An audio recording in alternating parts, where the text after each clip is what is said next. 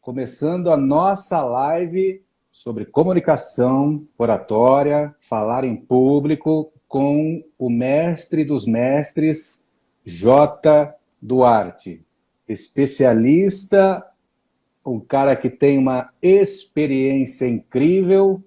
Já são mais de 40 anos na comunicação, Jota, ou estou errado? Profissionalmente, mais de 40 anos, não sei exatamente 40 e tantos anos, mas eu comecei trabalhando em rádio, né? Eu encaro, quando eu entrei no rádio, eu encaro que eu comecei ali de forma profissional. É claro que antes disso eu já gostava de me comunicar, apesar da minha timidez. Mas foi em 1979 quando eu ingressei no rádio, e não parei mais. Então já são um pouco mais de 40 anos. Apesar da minha timidez, a partir de uma certa idade, eu meio que me desafiava, eu meio que me obrigava a ser um pouco mais comunicador. Se tornou um problema para Sim, você, né?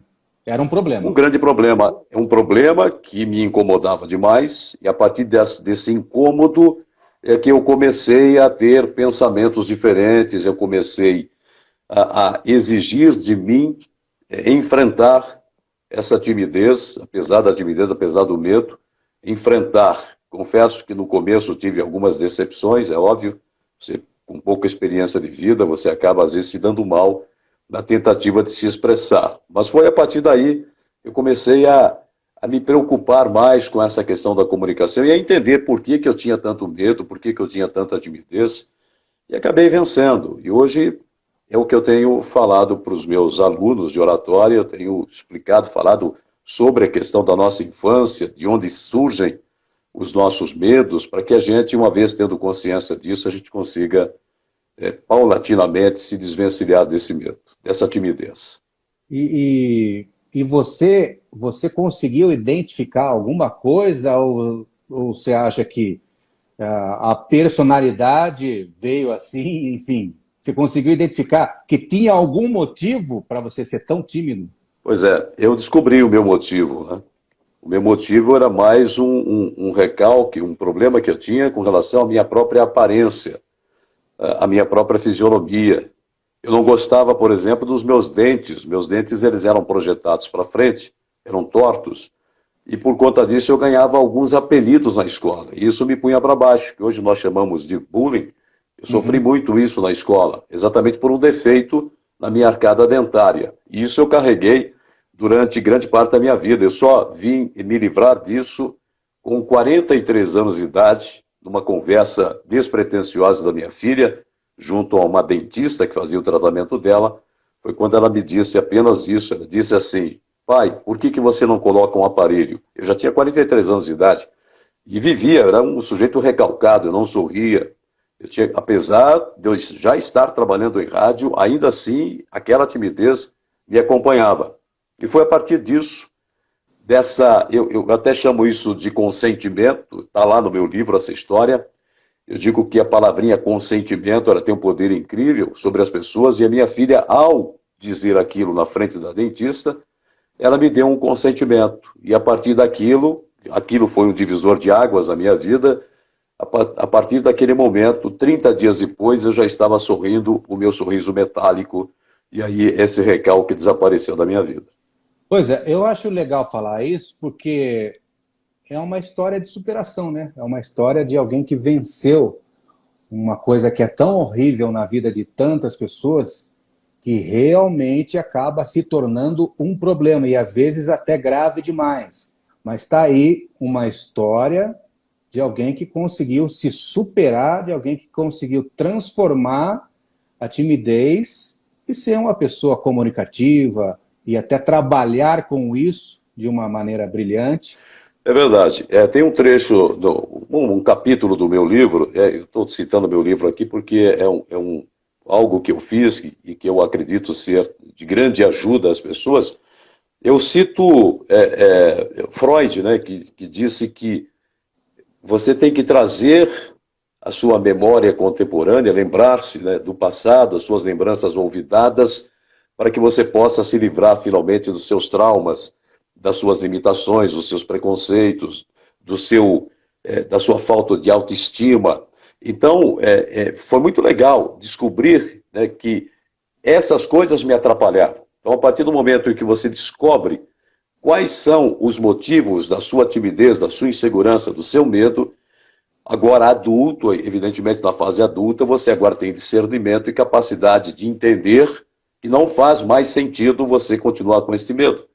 É óbvio que, uma vez que você descobre isso e você não se preparou, você ainda terá algum problema pela falta de preparação. Então, aí que entra, no caso, o curso de oratória, que ensina as pessoas como deve ser o comportamento delas diante de uma plateia, diante de um público, pode ser uma pessoa, duas pessoas, uma plateia de 1000 pessoas, a dificuldade é sempre a mesma. Quando ela aprende finalmente isso, ela acaba adquirindo mais segurança, e é óbvio, né, que depois é praticar. Uma vez que você tem um conhecimento, uma vez que você tem a teoria, agora você tem que praticar para que aquilo vá se tornando cada vez mais natural em você. Um grande problema, né, Jota?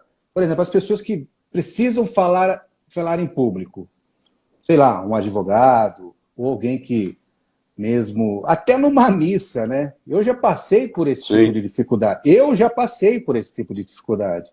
A pessoa, as pessoas às vezes olham, me veem fazendo isso, fazendo televisão, ou na época do rádio, e nem todo profissional é assim.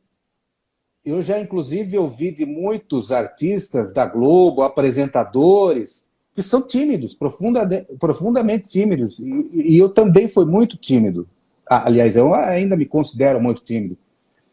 Passei uma experiência uma vez de a pessoa chegar para mim na igreja e falar: se você lê, o coração começa a bater mais forte, a boca começa a secar, aquela sensação de nervosismo começa a dominar o corpo, e são sensações comuns a todo tipo de pessoa que não tem essa facilidade. Quer dizer, eu tinha e tenho a facilidade de usar isso como um instrumento profissional, mas nunca tive essa facilidade de me colocar à frente de um público e falar naturalmente, encontrar as palavras facilmente e ter domínio do assunto facilmente. Confesso a todos vocês que para mim não é fácil e já passei momentos piores ainda. Hoje melhorou bastante, eu acho, mas já passei momentos piores. Essas sensações, Jota, essas sensações de boca seca, o coração começa a bater mais forte, aquele nervosismo começa a preencher o nosso corpo. Isso, existe técnica para a gente controlar melhor isso? Existe uma técnica da respiração, né? Você tem que respirar profundamente, segurar a respiração por alguns segundos, e aos poucos você vai percebendo que o coração vai se acalmando, para que você possa ter um controle. Mas o melhor caminho mesmo é você se preparar. É você, primeiro, ter o conhecimento prévio sobre comunicação, como tem que ser o seu comportamento, conhecer bem o assunto também, isso vai te dar muito mais segurança. Mas essa sensação, como você disse, ela é normal de acontecer. Você só vai se livrar dela aos poucos, conforme você vai enfrentando as situações. Fugir não é um bom negócio. Se você tem uma oportunidade de falar e você prefere, você faz a opção por não falar, você está se auto-sabotando. Como você disse, essa sensação todos nós sentimos. Agora, eu explico sempre isso. Na verdade, é assim, você está numa situação que você já sabe de antemão que vai ter um problema fisiológico, uma alteração fisiológica. Você já sabe disso. Então, todas as vezes que você está na iminência de falar, você automaticamente pensa negativamente, pensa que aquilo vai acontecer de novo. Ou seja, você dá um novo comando ao teu cérebro de que você vai passar mal porque aquilo te põe medo. O cérebro, ele trata de fazer exatamente o que você está dizendo para ele. Ele vai fazer uma alteração fisiológica.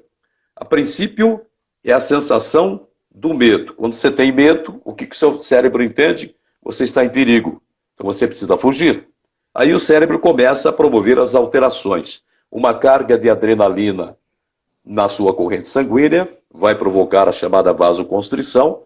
Com isso você injeta sangue com maior velocidade na sua musculatura, porque o teu cérebro entende que você tem que fugir ou lutar. Então ele começa a colocar mais sangue. Só que o sangue tem que ir acompanhado do oxigênio.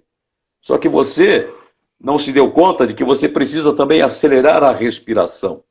E você não vai fazer isso. O que vai acontecer? Vai faltar ar para você. É quando você fica ofegante, sente o coração batendo fortemente no peito, sua frio. Essa sensação tão desconfortante fisiológica tende a piorar ainda mais a situação. E as pessoas que não têm esse tipo de orientação, a tendência é ela fugir. Ela nunca vai enfrentar. Então eu digo para todo mundo, está sentindo isso tudo? Mesmo assim, enfrenta. Dá aquela pausa. Encara. É a única forma. E é óbvio, se prepare. Porque não adianta querer se colocar na posição de um orador sem ter um conhecimento do assunto, sem saber como tem que ser o seu comportamento. É por isso que nós buscamos os profissionais para que eles possam nos orientar. Para que, ao fazer isso, você saiba o que está fazendo. É igual dançar, eu falo para todo mundo. Dançar é a mesma coisa. Se você não sabe dançar, vai pagar mico, você não vai, então você não dança. Aí quando você finalmente resolve entrar num curso de dança e começa a aprender os passos da dança, você começa a ter mais segurança e começa gradativamente a se expor mais.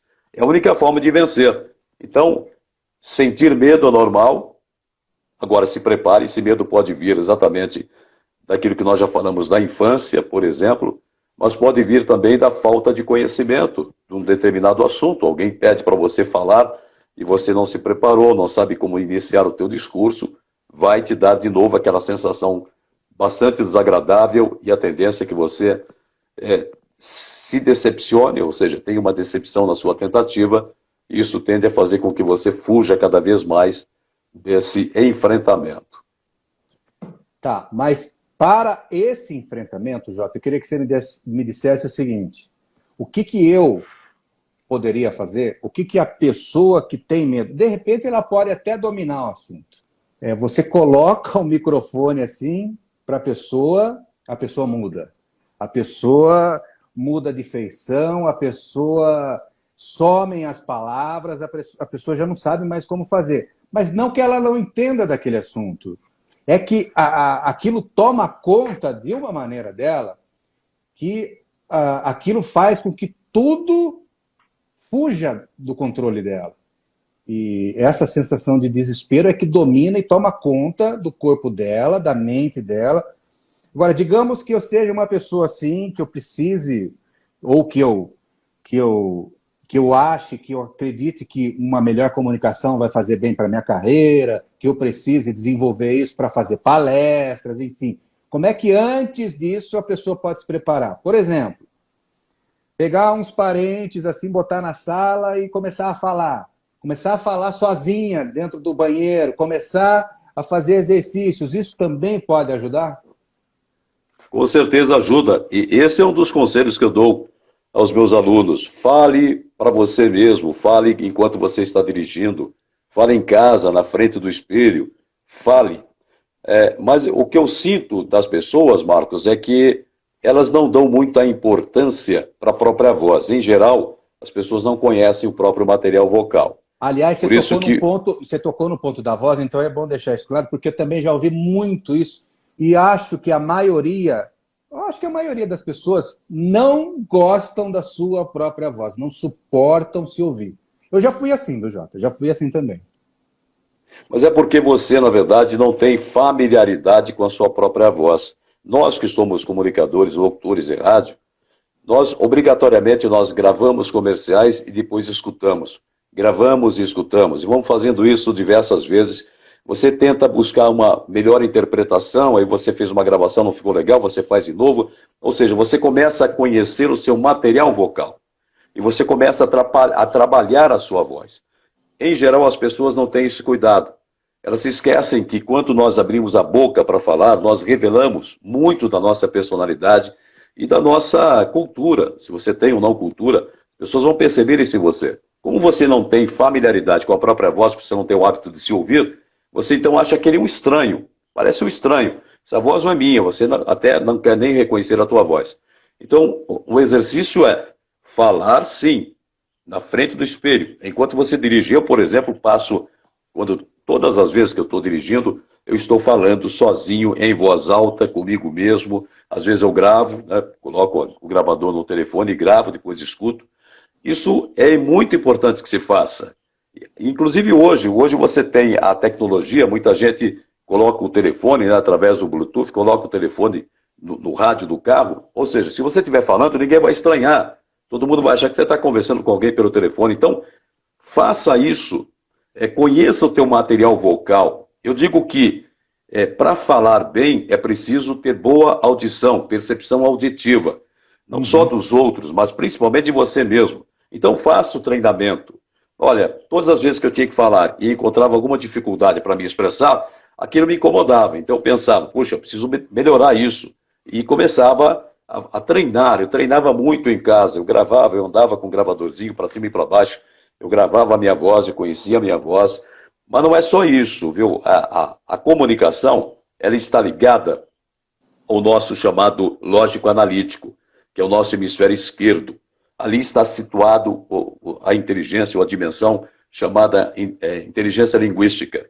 Você precisa alimentá-la. Então, o grande problema das pessoas é que elas não têm vocabulário, porque elas não gostam de ler. Infelizmente, no Brasil, lê-se menos de um livro por ano. Então, você não lê, você não faz prospecção de vocabulários, você vai ter dificuldade para se expressar, vão faltar as palavras. Isso vai te pôr medo. Você já sabe de antemão que tem dificuldade em se expressar, e cada vez que você pensa negativamente, você está ratificando, você está reafirmando isso, e a tendência é que você continue sentindo medo. Então o enfrentamento é tudo. E a preparação no sentido de leitura, é a única forma que nós temos de ampliar o nosso vocabulário através da leitura. Não tem outro jeito. Rezende Veiga Tiago, boa noite, Rezende. Obrigado pela pergunta. Sou muito comunicativo, senhor Jota, e atraio a atenção das conversas para mim. Entretanto, aumentam as responsabilidades do saber de tudo. E ele quer saber como lidar com essa questão. É difícil, humanamente difícil saber de tudo, não é? Mas quando você fala bem, as pessoas olham para você como se você fora um cara mais inteligente, uma pessoa mais inteligente que as demais. Pelo menos quando se fala bem, essa é a impressão que nós passamos. Então é natural que as pessoas cobrem de você maior conhecimento. Mas é óbvio que a gente tem que ser humilde. Quando você desconhece um assunto, diga que eu desconheço, mas ao mesmo tempo encare isso como um desafio mesmo. Se eu não sei hoje, eu posso pesquisar e voltar a tocar naquele assunto. Com isso a gente aprende, é o que o Marcos estava dizendo aí. A gente tem que estar sempre buscando conhecer. Eu gosto de acompanhar também esses programas de comentários, como a Jovem Pan. Então, os comentaristas, às vezes, eles utilizam alguma palavrinha difícil ou que eu desconheço. Eu faço questão de ir no Google, por exemplo, e buscar conhecer aquela palavra, porque isso vai enriquecendo o nosso vocabulário. Então, a leitura é fundamental, é a única forma de você alimentar o seu intelecto, o seu lógico analítico, a sua inteligência linguística. Não há outra forma de fazer isso. E aproveita, porque, olha, quem se comunica bem tem muito mais chance de ter sucesso na vida. Inclusive, pesquisas revelam que do sucesso de uma pessoa, de um profissional, 15% apenas depende da sua habilidade técnica, do seu conhecimento técnico, e 85% da sua forma de se comunicar. Então, comunicação é tudo, mas para isso você precisa conhecer a si mesmo, conhecer o seu potencial, conhecer a sua voz. Não precisa ter voz radiofônica, mas uma voz bem colocada, como disse o Marcos, sem erros gramaticais, principalmente os erros primários. Então, esses erros gramaticais, querendo ou não, faz com que as pessoas percam a confiança em você. E é muito importante que você exerça sobre as pessoas alguma autoridade, pelo menos no assunto que você mais tem desenrolado, dissertado. Então, é muito importante, gente. Leitura é tudo. Leitura. E a percepção auditiva. Eu digo que oratória é mais do que falar, é escutar, é ouvir. Ouvir os outros e ouvir a si mesmo, conhecer o seu material vocal e enriquecer o seu vocabulário. O Marcos falava sobre termos muito sofisticados, né, que muita gente utiliza. Olha, às vezes é bom.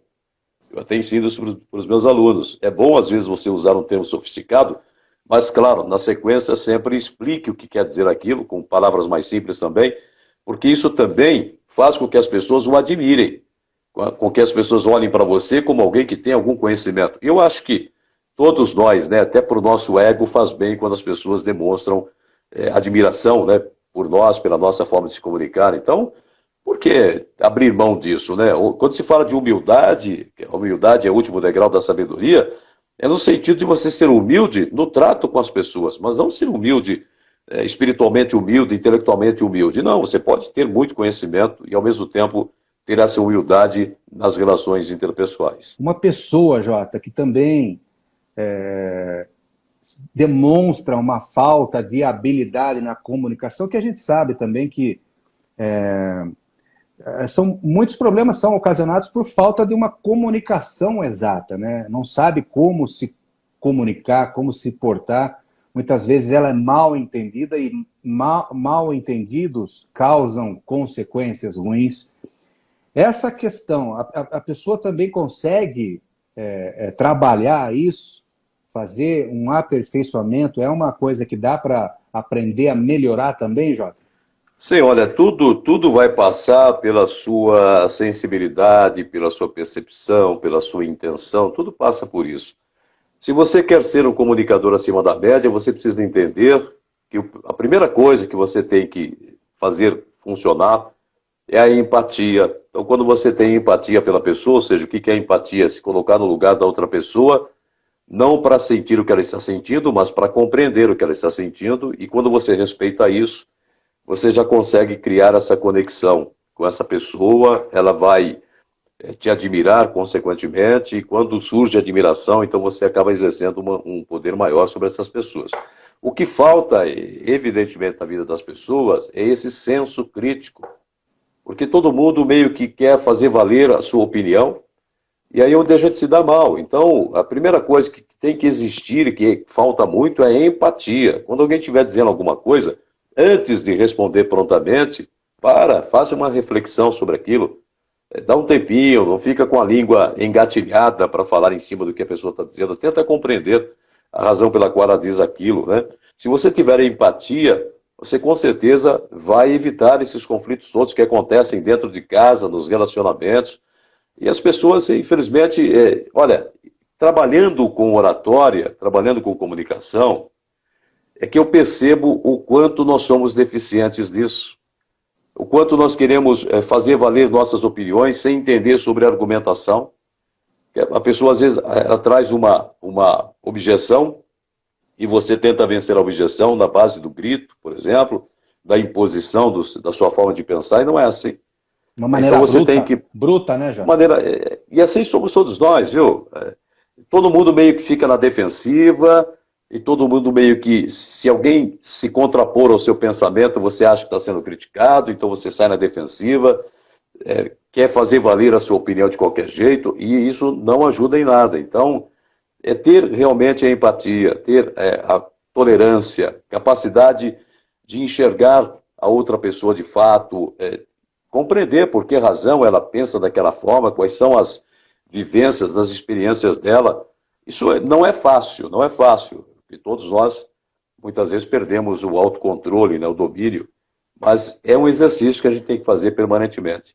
E tudo começa pelo conhecimento. Eu digo o seguinte, você pode estar vivendo uma situação difícil agora, mas enquanto você não tiver a percepção daquilo, né, daquilo que te atrapalha, enquanto você não tiver essa percepção, você não vai se desenvolver, você não vai sair daquela situação. Até nós utilizamos uma bandeira, que é um triângulo, em que nós temos a primeira fase para que você se modifique, inclusive a sua forma de se comunicar, é a percepção. Depois a percepção é a aceitação da sua limitação, das suas dificuldades, da sua falta de habilidade. Uma vez que você aceita, aí sim você parte para o desenvolvimento.